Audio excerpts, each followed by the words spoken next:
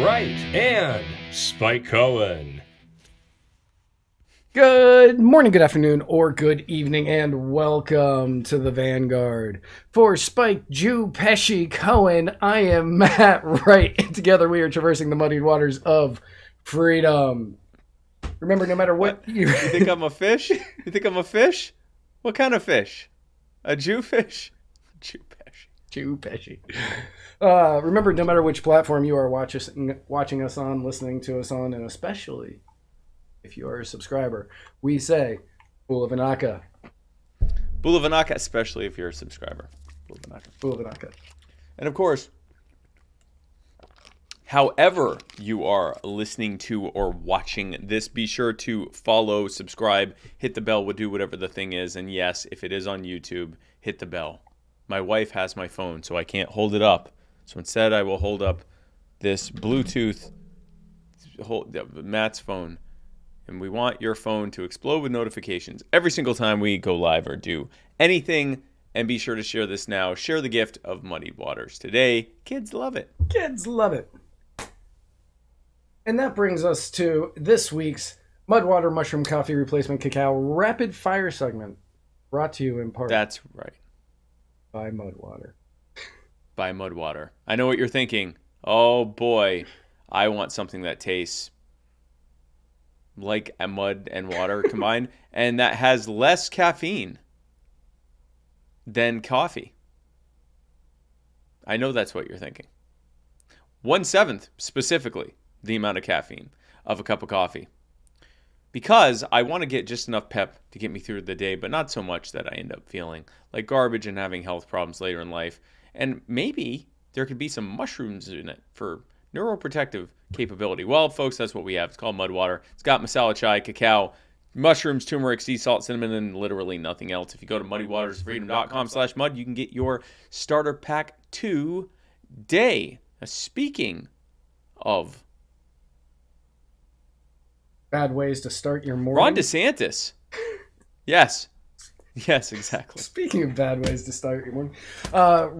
On Thursday, Ron DeSantis has taken a stance against fascism by removing someone from office he disagrees with him politically. Yeah. On Thursday morning... The free state of Florida.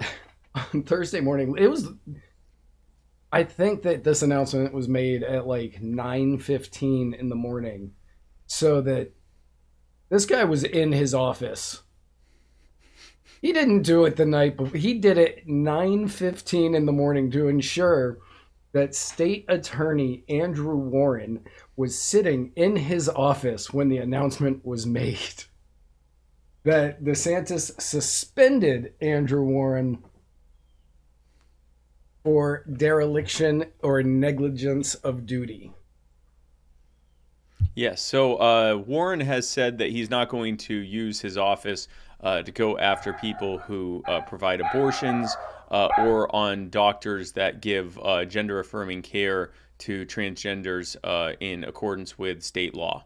And so DeSantis does have this power to suspend county officers for dereliction or neglect of duty. He used it against Scott Israel, the sheriff, after the Parkland shooting, when he didn't do anything. Didn't do anything about it. Yeah, he had a dereliction of duty. That was a dereliction of duty. Yeah. So this was in the case of Andrew Warren, this was the straw that broke the camel's back as far as DeSantis is concerned. Leading up to that, Warren said, and we're libertarians. Mm-hmm. I don't agree with Andrew Warren on a lot. But he said that his crowning achievement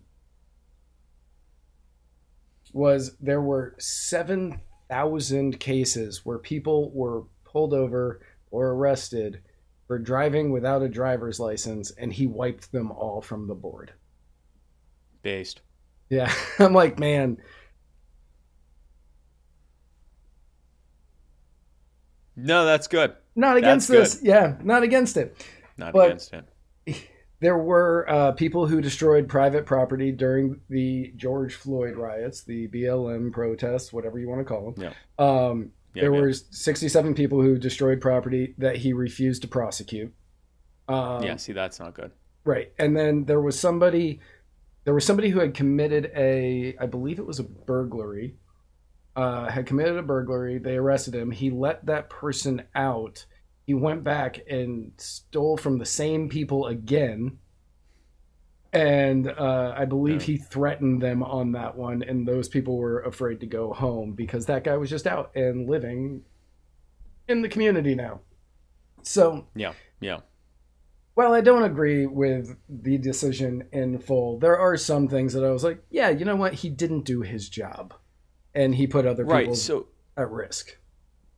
Yeah, so this is where, like, there are times where DeSantis will do something, and there are times he does stuff that's just terrible, and there are times he does stuff that are great. Mm-hmm. But there are times he will do something where the outcome isn't necessarily the problem, it's the motivation behind it. So, for example, when he moved to try to get the legislature, which they ended up doing, to get rid of the special tax status for special self-governing status for the Disney World, which ended up costing or will cost Florida taxpayers billions of dollars because of all of the previously privately held debt that's now been unloaded on the taxpayer.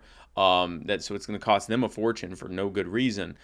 Sure, it's not, cronyism's not good, although I'd say the only problem I have with their special tax self-governing status was that we don't all get that option. Yes. But it was why he did it. He didn't do it because they disagreed with him politically. He did it because after they said they disagreed with him politically, then they said they weren't going to give donations to his or other Republicans or Democrats to any campaigns anymore. That was what did it. He said, oh, you're not going to give us money, then, we're going to go after you. And then he said, no, that's not why I'm doing it. I'm doing it because they're woke. Well, that's also not good to go after people because of political disagreements. Right. In this case, I was going to say, I don't know if he did it because they said that they were going to stop giving money. I do see, because the way that DeSantis has gone is he is leaning in hard to the social conservative. And he's doing the culture war. Yeah, big time on the culture war. So I could see him saying, if you are going to stand up and make statements, about the laws that are being passed here, we will also make laws that will make it harder for you here. You won't get the benefits. I don't really know if it's about the money being given. I think it was, you're biting the hand that feeds you, so we're taking away your food. Right, but that's the government targeting someone for politically disagreeing with them. Agreed. But I'm saying it's not for the money thing. I don't think it's for. I don't think it's for the money thing. Yeah, and it might not be. The reason I think it is just the timing. I mean, Disney had been supporting LGBT stuff for decades now, years now. But they weren't commenting on Florida law. My understanding was they had prior to it, and then it was after the thing happened where they said, well, we're just not going to give money to any campaigns in Florida anymore. They were commenting on federal law and federal cases, but they weren't saying anything about Florida. Okay. And then with the parental rights and education bill that the media claimed was the Don't Say Gay bill. The so-called Don't Say Gay law. Yeah. They started commenting on that, and he was like, and initially they said, yeah, we don't have any comment on it. Or Disney said, we don't have any comment on it. Bob Iger, I think, was the CEO at the time. I'm not 100% sure. Yeah. They were saying that we don't have any comment on it, and they got a lot of backlash. So they started commenting on it, and then DeSantis went, okay. Then he did, yeah. Yeah, so I don't think it was the money. I think it was the culture war that DeSantis is really pushing. Right, so whichever it was, or some combination of those things, again, the wrong reason to do something. I don't think if he said I'm getting rid of this guy because he's refusing to prosecute petty crimes, property crimes, or petty violent crimes and property crimes, I'd be like, okay, well, you know what, maybe that's a good thing for him to do this because He's not going to he's not going to be one of the warriors in the war against abortion, and he's not, he doesn't want to get in between doctors and patients making medical decisions. That's again, even if it might be a good thing this is the problem with Republicans and Democrats. It's like, okay, do you end up with an attorney general or a state attorney who doesn't do anything if your business gets burned down by rioters, or are you going to get a state attorney who arrests your cousin because she got an abortion, or who goes after a doctor because they're giving gender affirming care to a transgender person? This is the problem. It's like pick your poison type of thing, because both Republicans and Democrats refuse to just recognize your right to life, liberty, and property. Now, speaking of politicians just straight up robbing people of life, liberty, and property, Russian authorities have sentenced Brittany. Is it Griner? It's Griner. Griner? Yeah, Griner. Griner. Okay, Brittany Griner. She got almost 10 years. She gets 9.5 years in prison in Russia for possessing a THC vape pen. And we've seen this all over social media, all over the media, and everybody's talking about the travesty that it is. And it is a travesty that anybody spends 9.5 years in jail anywhere for a plan. And reports came out in July of this year that U.S. officials offered to release weapons trafficker Victor Bout. Victor Bout. I'm assuming that's how you say his name. He's Russian. B-O-U-T. Victor Bout. In exchange for Griner and Paul Whelan, who is a U.S. Citizen that got into a bar fight and somehow ended up with espionage charges. And he's been imprisoned in Russia since 2018. Russian officials are unlikely to agree to any offer unless they can secure the release of 2 Russian prisoners. Now, right now you have a WNBA superstar who is in prison in Russia and is the talk of media. Almost every day you're going to see it on mainstream media, on your talk shows, on anything right now, talking about Brittany Griner being in prison 9.5 years. And what is the Biden administration doing to get her out and back to America? Yeah. The question that we have for everybody is, should we be trying to get her out while there are Americans in prison for the same crime here? For the exact same thing. And not just Americans. There are people who are foreign citizens, nationals who are in American prisons for literally the same thing, bringing THC into the U.S. Yep. Sometimes in recreational amounts. Now, I say yes, we also try to get her free as well, but there's been it is incredible how drug warrior Joe Biden is being pressed to release her when, with the stroke of a pen, he could release about, I think it's 40,000 people that are in prison for possessing THC at the federal level. So he himself could do that. And then pressure, I think there's another 70,000 at the state and local level. He could then tell the governors, hey, you do this, we'd like you to do this as well. Or he could just deschedule cannabis. And then that way they'd get free, and it would also not be putting more people in jail. There are things he could do. He could just have the FDA deschedule cannabis right now, this very second. Would not need a change by Congress. That's all up to the FDA, and instead, nope, still just as illegal as heroin. Not even allowed to research with it, technically.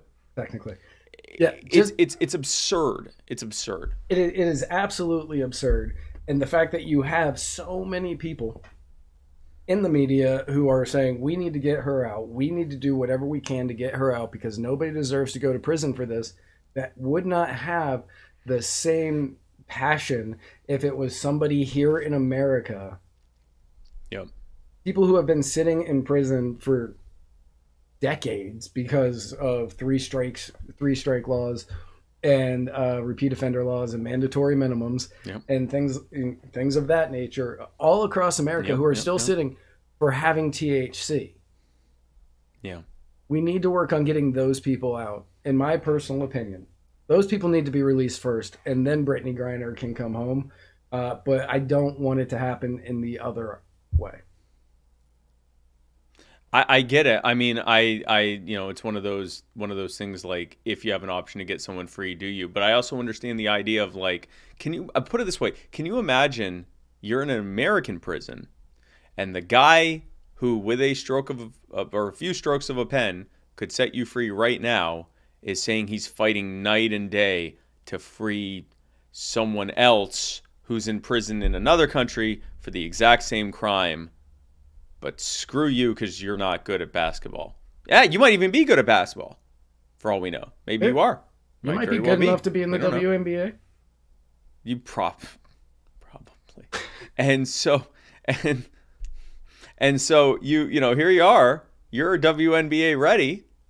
I'm laughing because I was with the British. I was hanging out this weekend with, among other people, the British women's deadlifting champion Zuby, and so I mean there's someone who's WNBA ready right now. Today, but anyway, today, like right now, no training needed. It would probably be a pay cut, but for him, though. At this point, that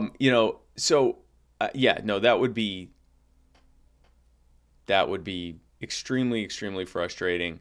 So I get it. I get it. I think that at the very least, right, this is something that can happen right now. There's no negotiation needed. Right now, Joe Biden could tell the FDA, let's do for all the people that we actually can set free what we do for Brittany Griner. I mean, if I were a Russian official, I would be saying, why are you talking to us? You got like 10 to 50,000 people, 40,000 people in prison on this. But don't talk to us about this. You have the same laws. You have the same laws we do. Why are you giving us a hard time? You have the same ban on importing THC that we do. So why are you giving us a hard time? So, speaking of Biden, Joe Biden signed an executive order making it easier to travel to access abortion. But isn't it illegal to keep people in your state anyway? Right. That's why I thought this was weird. He was saying that we can't have states making it illegal to travel outside of the states to get outside of your state to get an abortion. And I don't think at the border of Alabama there's a guard going, "Are you pregnant? Pee on the stick for me." And I'm pretty certain that would be multiple violations. Yeah, even if they tried to do that. I know there's been some talk both for that and for stuff related to trans stuff that would never hold up in court. You cannot arrest someone nor can you compel that state or that community, that the law enforcement in another state to cooperate with you on that. Like you can't do that. It's outside of your jurisdiction. Exactly. Now, the executive order supports patients traveling out of state for abortions, including through the use of waivers that would allow states where abortion is legal to cover the cost of the procedure under Medicaid for out-of-state residents. So basically, what it seems like to me is that he has written an executive order federally funding abortions if you live in a state where abortions are illegal. That violates the Hyde Amendment. Didn't they get rid of the Hyde? I thought they got rid of the Hyde Amendment. That's a good question. But yes, you're right. It violates the Hyde Amendment, or maybe they did. They were talking about getting rid of the Hyde Amendment, and they didn't. I know we talked about it not too long ago. Maybe it just got reenacted. I don't remember. So now the term Hyde Amendment, which really only is related to Medicaid, and then and anything related to HHS, but there are other bills that they call other amendments and bills that they call part of the Hyde Amendment. But it's basically any federal program, TRICARE, federal prisons, Peace Corps, Federal Employees Health Benefits Program, Affordable Care Act. Yeah, they can't. I didn't think they could, but I wasn't sure if they still. So essentially, and this would include as well as getting refunds, I guess is the best way to put it, getting refunds if you take a Lyft or an Uber. So they would literally pay for your trip out there, pay for you'd be able to get the procedure covered by Medicaid, and then you might have to pay for the Lyft back, but that probably can. But if it's for the abortion, that runs afoul of the Hyde Amendment, and you know who's going to decide if it runs afoul of the Hyde Amendment Supreme when the states Court. Inevitably sue over this is the SCOTUS. Yeah, Supreme Court that shot down Roe That versus Wade just anyway. knocked down Roe versus Wade. They'll chew this up for fun. Yeah, this will be like day one that- stuff of the next session. Yeah, no, this will be something where they'll have like one of those emergency sessions and say that, because like they'll do emergency sessions where they're like, yeah, you're currently violating an existing order, an existing court order. I think that's what's going to happen to this. This is virtue signaling. Oh yeah, hardcore virtue for signaling. election purposes. So speaking of virtue signaling, I'm not sure what's being signaled here, but it's pretty funny. It's funny. Eric Adams is upset that New York City Mayor Eric Adams is upset at Texas Governor Greg Abbott. Matt, and you're not going to believe why, folks. You might believe why. You might, yeah, you will. Well, yeah, you'll believe why. Eric Adams is upset with Greg Abbott because Greg Abbott has started a new policy of just busing illegal immigrants who have come across the border in Texas to New York City.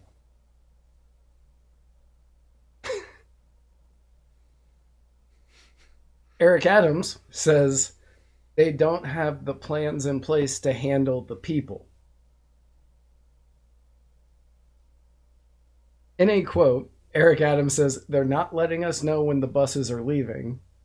They're not letting us know what the needs of the people they're not letting us know what are the needs of the people on the bus. They're not giving us any information, so we're unable to provide the service to people en route. So my question to you, Spike, is this an understandable gripe that Adams has, or is it hypocrisy? Or both? I think it's I was going to say it's probably a little of both. The problem is, as it's set up, I mean, I don't know Eric Adams' thought on greater thoughts on immigration, but if he wanted to just say, all right, well, here, welcome here, because of how it's set up, he kind of has to provide them with services. See, this is the whole ridiculous thing about the immigration system. We're told that the immigration system is set up, among other things, to, stop us from becoming a welfare trap. So then when people come here, first we put them temporarily in cages that cost up to $800 per day per person, which for those doing the math at home, that's $24,000 a month. I'm glad you did did that, 'cause lavish. I couldn't do that in my head. Yeah, 24, roughly 20, and it was actually, I think, up to $875 a day. So you're looking at like over $25,000 a month. And I mean, the most lavish welfare system on earth doesn't cost anywhere near that much. So they put them in a cage first, then they typically either keep them in the cage or they ship them off somewhere else and all the cost of that, and then give them services while they're processing them. Why not just let them work? Like, literally just let them come here and work. And the crazy thing is, I've actually talked with some immigration advocates who said that prior to the enforcement of the immigration laws starting in the in earnest in the 50s, 60s, and 70s, Mexican workers, Mexican and Central American workers would come here. They would work on farms, and then they'd go home because they could. Yeah. because they didn't actually want to live here. They just wanted to work and get money and save money and go home and have money. And they would prefer to be home because that's where all their people are. That's where their family is. They want to go home. And so what happened was when they started restricting them, making it illegal for them to come here, well, they weren't going to stop coming here. And so they just started staying here and sending for their families to come here. So if the goal of laws against certain types of economic migration are to stop people from coming here and to, stop America from being a welfare trap, it literally does the opposite. So yeah, it's hypocrisy, but also if you're the mayor of a city that's having a bunch of people that you now have an obligation to provide taxpayer services to and you don't even know who they are, it's also understandable. Which is why they should be calling for ending the war on migration so they could just come here and not have all that happen. And go back. And go back. And, or come and stay and go back, come and go as they please. And then that means when we go to Mexico, we're not being stopped by the way, it's important to know this because a lot of people say, oh, it's just to keep people out of our borders. And they usually misspell our and borders when they say that. But they'll say, we need to, our borders. But they'll say they normally spell it borders. It's just the wrong kind. That's true. It is borders, but it's BOARDERS. And but they'll say that it's just when you're coming back. What most people don't know is now when you leave the U.S., you're being stopped by the U.S. Border Patrol on the way out too. Surely that won't end up being scary. The government telling you if you're allowed to leave the country in your car that you own.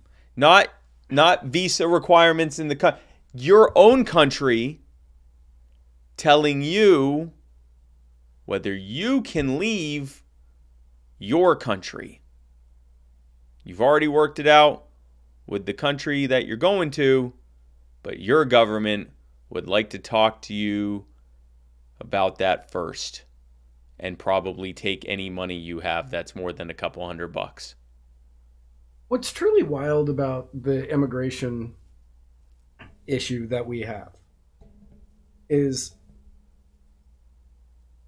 it's a relatively new problem that we have. Yeah. And for those listening on audio, I did the finger quotes around problem.